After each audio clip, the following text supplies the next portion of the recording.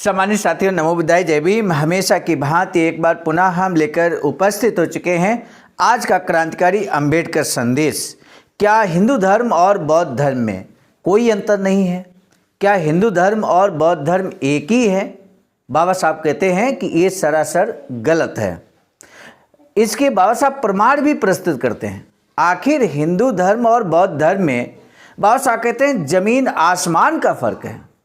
और वो फ़र्क क्या है?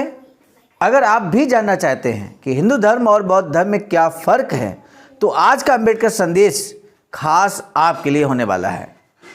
सामान्य साथियों, यदि आप पढ़े लिखे हैं तो बाबा साहब यहाँ एक बात कहते हैं कि मैं पढ़े लिखे लोगों से एक बात कहना चाहता हूँ। वो बात क्या कहना चाहते हैं, जब अंबेडकर संदेश आप सुनेंगे तो निश्चित रूप से आप भी उस बात को समझेंगे। बाबा साहब यहाँ पर एक बात और महत्वपूर्ण बात कहते हैं कि लोगों को क्या बनाना चाहते, पूरे भारत देश के लोगों को कैसा बनाना चाहते थे बाबा साहब। ये आज का अंबेडकर संदेश, बाबा साहब की भविष्य की कार्य योजना। 8 मई 1955 को ये भाषण जब बाबा साहब देते 80,000 लोगों को, और ये बुद्ध जयंती के अवसर पर भाषण दे रहे हैं बाबा साहब, तो ऐसे में आगामी जो कार्य योजना है, बाबा साहब की भविष्य की कार्य योजना है, वो क्या प्रस्तुत करते हैं। निश्चित रूप से आज का अंबेडकर संदेश इन महत्वपूर्ण बिंदुओं को लेकर बेहद खास होने वाला है।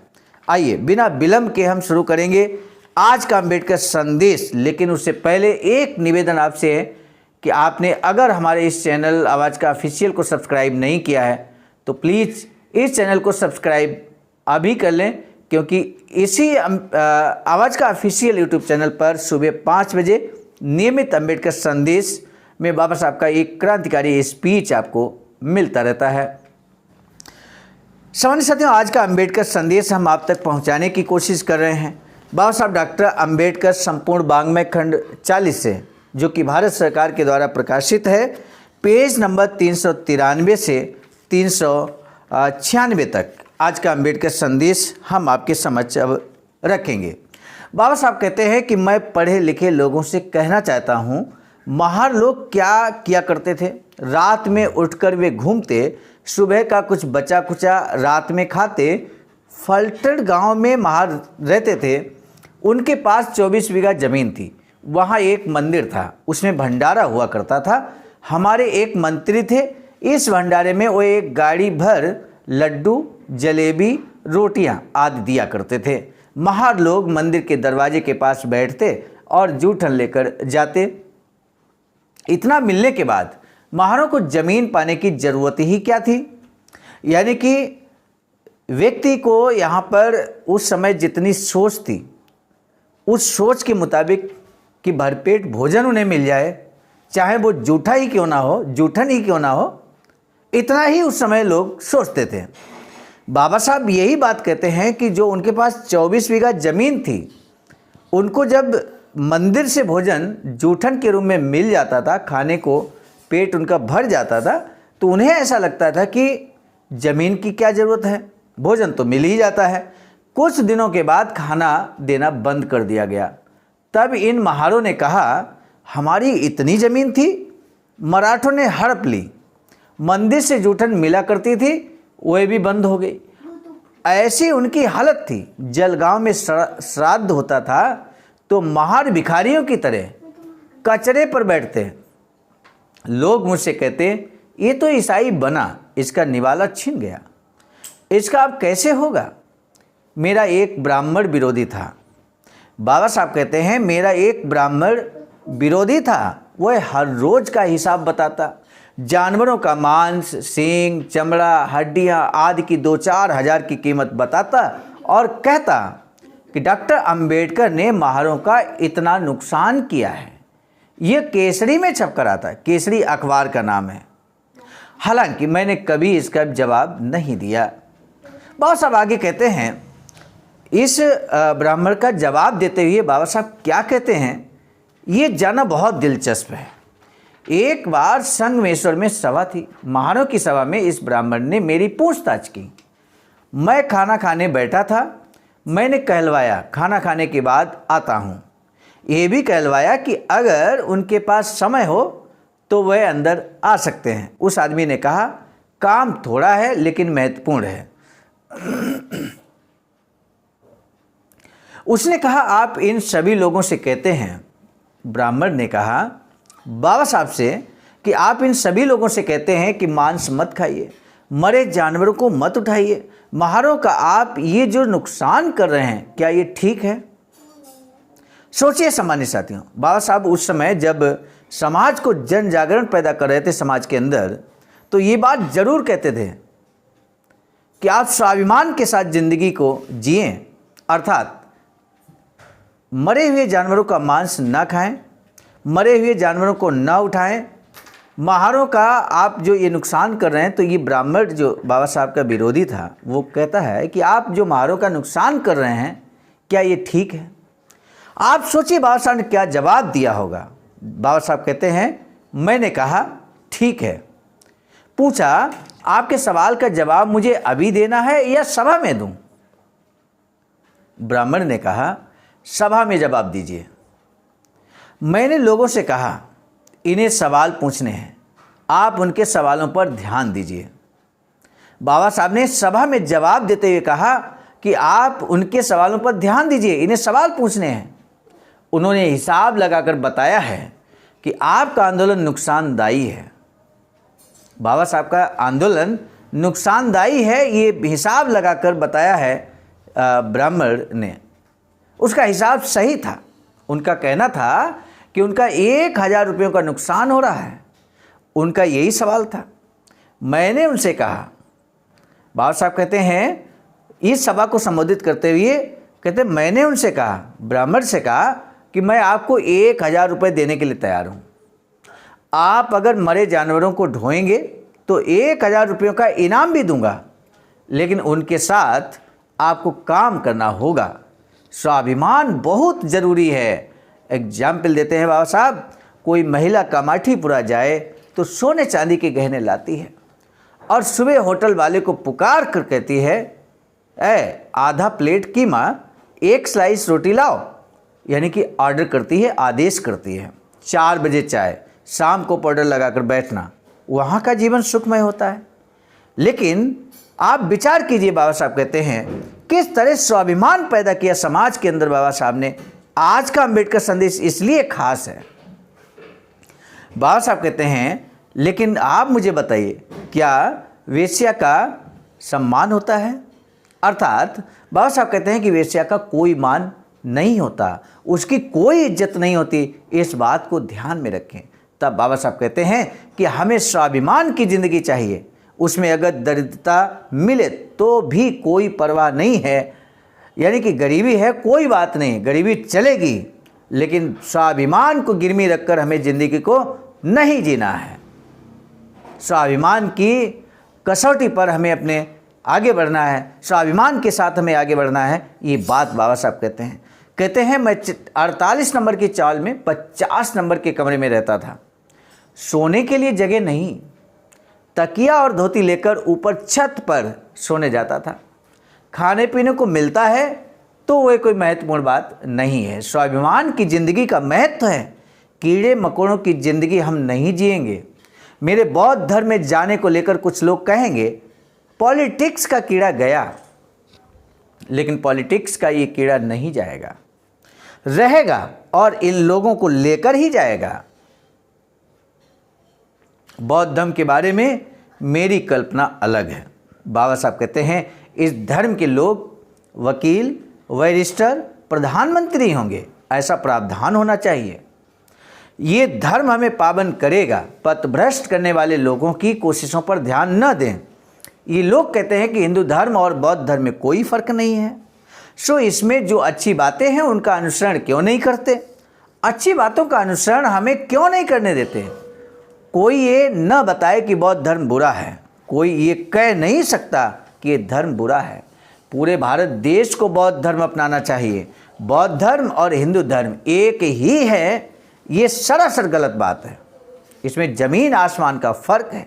इसे साबित करने के लिए मैं 5-7 मुद्दे आपके सामने रखने वाला हूँ। हिंदू धर्म में कई भगवान हैं, 33 करोड़ भगवान हैं, उनका भगवानों के बगैर काम नहीं चलता। बाबा साहब कहते हैं सृष्टि कैसे बनी, कोई कहता है किसी ने अंडा डाला, लेकिन किसी को भी ये पता नहीं है भगवान ने कहा सृष्टि का निर्माण कैसे हुआ, कहा नहीं जा सकता। ये महत्वपूर्ण मसला नहीं है किसी चीज़ से उसका निर्माण किया गया या जब कुछ भी अस्तित्व में नहीं था तब किया गया। ये दो विकल्प हो सकते हैं, तीसरा कोई विकल्प नहीं है। ये बात असंभव है कि दुनिया में जब कुछ भी नहीं था तब उसका निर्माण किया गया। ईश्वर सृष्टि का निर्माण करता नहीं था। हिंदू धर्म में ईश्वर है, बौद्ध धर्म में नहीं है। यही प्रमुख भेद है। बौद्ध धर्म में आत्मा नहीं है, हिंदू धर्म में है आत्मा का। हिंदू धर्म में उदाहरण देते हैं बाबा साहब, कहते हैं एक बार अर्जुन ने कृष्ण से पूछा आत्मा कैसी है। अर्जुन ने कृष्ण से पूछा आत्मा कैसी है, जवाब मिला आत्मा ऐसी है जिसे लोहे से काटने से भी घाव नहीं बनता, लोहे से लोहा काटा जा सकता है। क्या ऐसा हो सकता है कि आत्मा ऐसी चीज़ है कि जिस पर लोहे से घाव नहीं किया जा सकता। श्री कृष्ण ने जवाब में ये भी कहा कि आत्मा को जलाया नहीं जा सकता। उसका कहना है कि आत्मा को क्लेश ही होते हैं, बुखार खांसी आते हैं, जुकाम भी होता है। ये सब झूठ है, इसमें कोई सत्यता नहीं है। भगवान ने एक बार पूछा आत्मा कितनी बड़ी है, उसकी साइज क्या है, लंबाई चौड़ाई कितनी है, आत्मा होती कहाँ है। याज्ञवल्क्य से हजारों सवाल पूछे गए। ब्राह्मणों ने ग्रंथ बनाकर ब्रह्म है इस बात को लोगों के गले में ठूंस दिया। तीसरी बात, हिंदू 4 वर्णों को मानते हैं। हिंदू 4 वर्णों यानी कि ब्राह्मण, क्षत्रिय, वैश्य, शूद्र 4 वर्णों को मानते हैं। लेकिन बौद्ध धर्म में चतुर्वर्ण या जाति भेद नहीं है। एक बार लोहित ब्राह्मण ने भगवान से पूछा तुम शूद्रों को विद्या क्यों देते हो। असल में होना ये चाहिए कि जो योग्य है उसे विद्या मिले और जो योग्य नहीं है उसे नहीं मिले। लेकिन ब्राह्मण धर्म ऐसा नहीं है। एक बार बुद्ध ने अपनी माता से पूछा संकट के समय हत्या करना ठीक कैसे हो सकता है। बौद्ध धर्म में ऐसा नहीं कहा गया है। वैश्य क्यों दगाबाजी कर सकते हैं। बौद्ध धर्म में जाति भेद, असमानता, चतुर्वर्ण नहीं है। जातिवाद समाप्त करने के बारे में प्रस्ताव पारित किए जाते, लेकिन वे बस उसे आगे नहीं बढ़ते। उस पर अमल करने के लिए कहो तो वे नहीं करते। जातिवाद के कारण अपरिमित हानि हुई है। जातिवाद को समाप्त कीजिए, सभी नेक राह अपनाएं, लेकिन वे ऐसा नहीं चाहते। भाइयों और बहनों, शिवाजी के अष्टप्रधान ब्राह्मण थे, उसकी कहानी अलग है। वे मराठों को अपने साथ भोजन करने नहीं देते थे। शिवाजी ने बालाजी आवजी को ये बात बताई। उसने कहा कि जब तक आप राज्य अभिषेक नहीं करवा लेते तब तक आपका दर्जा इस तरह बढ़ेगा नहीं। आखिर शिवाजी ने कहा कि जो भी करना हो आप ही कीजिए। तब मोरोपंत पिंगले मुख्य प्रधान था। उसने कहा क्यों रे बच्चू, तू हमारा राजा बनेगा। उसने शिवाजी की बेइज्जती की। आखिर बालाजी आवजी राजपूताने की ओर गया। वहाँ उसने शिवाजी की वंशावली बनाई। काशी से ब्राह्मणों को लाकर राज्य अभिषेक करवाया। जातिवाद के गोबर के कीड़े गोबर में ही रहेंगे। उनकी उससे उबरने की इच्छा नहीं है। उनकी अकल जागेगी तब वे हमारे पास आएंगे। उन्हें लगता है हिंदू समाज से केवल 2 ही लोग जाएंगे, डॉक्टर अंबेडकर और उनकी पत्नी। लेकिन बौद्ध धर्म को लेकर बहुत बार मत परिवर्तन हुए हैं। अगले साल सारनाथ में बुद्ध के शिष्य जमा होंगे। उनके ऊपर उत्तर प्रदेश सरकार 35 लाख रुपए खर्च करने वाली, भारत सरकार 2 करोड़ रुपए खर्च करने वाली। उत्तर प्रदेश पिछड़ा प्रदेश है। उसे पूर्वी गोंडवन आर्यावर्त कहते हैं। उत्तर प्रदेश सरकार के 35 लाख रुपए यानी केवल कोंपले हुई। उदाहरण, कोई कुछ करे या न करे, बौद्ध धर्म इस देश में आएगा। कोई उसकी राह में नहीं आ सकता। इस बाढ़ में सभी बह जाएंगे। सामान्य साथियों, 14 अक्टूबर 1956 को बाबा साहब ने भारी संख्या में लगभग 10 लाख लोगों के साथ में बौद्ध धर्म की दीक्षा ली। ये आगे के अम्बेडकर संदेश में हम आपको बताने वाले हैं। इस देश की सभी जनता अज्ञानी थी। ब्राह्मणों ने किताबों में क्या लिखा इसका उन्हें पता नहीं था। 2-4 आने में ये किताबें मिलती हैं। यहाँ आने से पहले मैं भागवत पढ़ रहा था। उस पर ज्ञानवान व्यक्ति ऐसी किताबें कैसे लिख सकते हैं। आप अज्ञानी हैं। आप में से जो पढ़े लिखे बच्चे हैं वे भी अज्ञानी हैं। 2-3 दिनों पहले मैं उपनिषद पढ़ रहा था। उसमें से छांदोग्य उपनिषद में गुरु शिष्य संवाद है। शिष्य अपनी शंका पूछता है, लेकिन उसका शक हटाने के लिए भी ज्ञान चाहिए। गुरु जवाब देते हैं कि तुम्हारे पास ज्ञान नहीं है, इसलिए तुम्हें शक करने का भी अधिकार नहीं है। तो बताइए हमारे विद्वानों को इसका क्या ज्ञान हो सकता है। तथागत बुद्ध का अनमोल वचन बुद्ध ने आनंद से यही कहा कि केवल मैं कहता हूँ इसलिए आप इस धर्म को न अपनाएं। व्यवहार में ये धर्म चल सकता है, ऐसा अगर आपको लगे तभी आप इस धर्म को अपनाएंगे तब आपको एक जान एक चित्त बनकर रहना होगा। इसी राह से अपना उद्धार होगा। बौद्ध धर्म में 2 तरह के लोग हैं। इस धर्म का अनुसंधान करना, रिसर्च करना मेरा मार्ग नहीं है। बाबा साहब कहते हैं हमारा मुख्य मार्ग है प्रचार करना। हम लोगों को बुद्धिस्ट बनाना चाहते हैं, यही हमारा कर्तव्य है, यही हमारा मूल कर्तव्य है। ये बात बाबा साहब कहते हैं। यानी कि बाबा साहब पूरे देश को, पूरे भारत के लोगों को, पूरे दुनिया को बौद्धिस्ट बनाना चाहते थे। ये बाबा साहब का अधूरा मिशन कब पूरा होगा, किसकी जिम्मेदारी है? हम सभी की जिम्मेदारी है। ये बात यहाँ पर बाबा साहब की जन जन तक पहुँचनी चाहिए। सामान्य साथियों, बाबा साहब आगे कहते हैं 2-4 दिनों पहले हमने एक संस्था की स्थापना कर उसे रजिस्टर करवाया है। आपसे विनती है कि आप इस सभा के सदस्य बने। उच्च वर्ग के लोग चंदा देंगे ऐसी उम्मीद नहीं है। कार्य की शुरुआत होना जरूरी है, इसीलिए सबको समिति के सदस्य बनना होगा। इसके लिए 1 रुपया देना होगा। हमें विहार बनाने होंगे, वहाँ महिलाएं और पुरुष जाकर भक्ति भाव से पूजा करेंगे। हमें कुछ मुक्त खोर लोग भी हैं, ऐसा अब यहाँ नहीं चलेगा।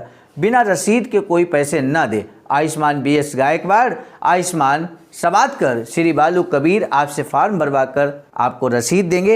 ये बात बाबा साहब कहते हैं। तो बाबा साहब ने अंत में देखिए यहाँ पर एक महत्वपूर्ण बात कही है कि एक रजिस्टर्ड संस्था बनाई है बाबा साहब ने, उसका पंजीकरण करा लिया है और उस संस्था के माध्यम से बौद्ध धर्म की दीक्षा लेने की तैयारी यहाँ चल रही है। और इस कार्यक्रम में चूँकि लाखों लोग उसमें आएंगे, इस तरह की कार्ययोजना पहले से है और विधिवत किस तरह से आगे बढ़ा जाता है, ये बाबा साहब के इस अंबेडकर संदेश से, बाबा साहब के भाषण से आपने ज़रूर सीखा होगा। तो इसका ये मतलब हुआ कि बाबा साहब यहाँ पर अंत में ये कहते हैं कि आपको निश्चित तौर पर यहाँ पर सहयोग करना चाहिए, योगदान देना चाहिए ताकि हमारा ये कार्यक्रम बेहद सफल बने। आज के अंबेडकर संदेश का महत्वपूर्ण प्रश्न है, जैसा कि आपको मालूम है हर अंबेडकर संदेश के लास्ट में एक महत्वपूर्ण प्रश्न इसलिए भी पूछा जाता है कि आपने पूरा अंबेडकर संदेश ध्यान से सुना अथवा नहीं सुना। जिन साथियों ने सुना वो निश्चित तौर पर आंसर करते हैं और बहुत ही सटीक आंसर करते हैं। हम आप सभी का, जो साथी आंसर कर रहे हैं, लगातार आंसर कर रहे हैं, सभी का नाम लेंगे तो थोड़ा सा विलम्ब जरूर हो जाएगा, वीडियो लंबा हो जाएगा। इसी समेकित रूप से, समग्र रूप से आप सभी का मैं तहे दिल से साधुवाद व्यक्त करते हुए आज का प्रश्न है, बौद्ध धर्म एवं हिंदू धर्म में क्या अंतर है? बौद्ध धर्म और हिंदू धर्म में ज़मीन आसमान का अंतर है, ये बात बाबा साहब कहते हैं। लेकिन मुख्य अंतर या कोई कम से कम एक अंतर ज़रूर आप बता दीजिए, हमें आपके जवाब का बेसब्री से इंतज़ार रहेगा। आज के अंबेडकर संदेश को हम यहीं पर रोकने से पहले आपको जरूर बता दें, आज का अंबेडकर संदेश हम लेकर उपस्थित हुए थे मिशन नायक बुद्धमित्र मुसाफिर सर राष्ट्रीय अध्यक्ष आवाज का नई दिल्ली की प्रेरणा में, और साथ ही साथ संकलन कर्ता गृह में परम आदरणीय विजय कुमार बौद्ध जी, प्रांतीय कोषाध्यक्ष आवाज का बिहार, प्रस्तुतकर्ता गृह में मैं स्वयं सर्वजीत आर्य, राष्ट्रीय मीडिया प्रभारी IT सेल आवाज का नई दिल्ली। मिलेंगे नए डॉक्टर अम्बेडकर संदेश में, तब तक दीजिए इजाजत। आप सभी को सादर नमो बुद्धाय, जय भीम। सम्मानित साथियों, यदि आप हमारे इस चैनल आवाज़ का ऑफिशियल, जिस पर नियमित सुबह 5 बजे डॉक्टर अम्बेडकर संदेश आपको मिलता है, आप हमारे इस चैनल को सपोर्ट करना चाहते हैं तो हमारा आपसे निवेदन है कि आप हमारे इस चैनल को सब्सक्राइब कर लें, वीडियो को शेयर, लाइक, कमेंट जरूर करें।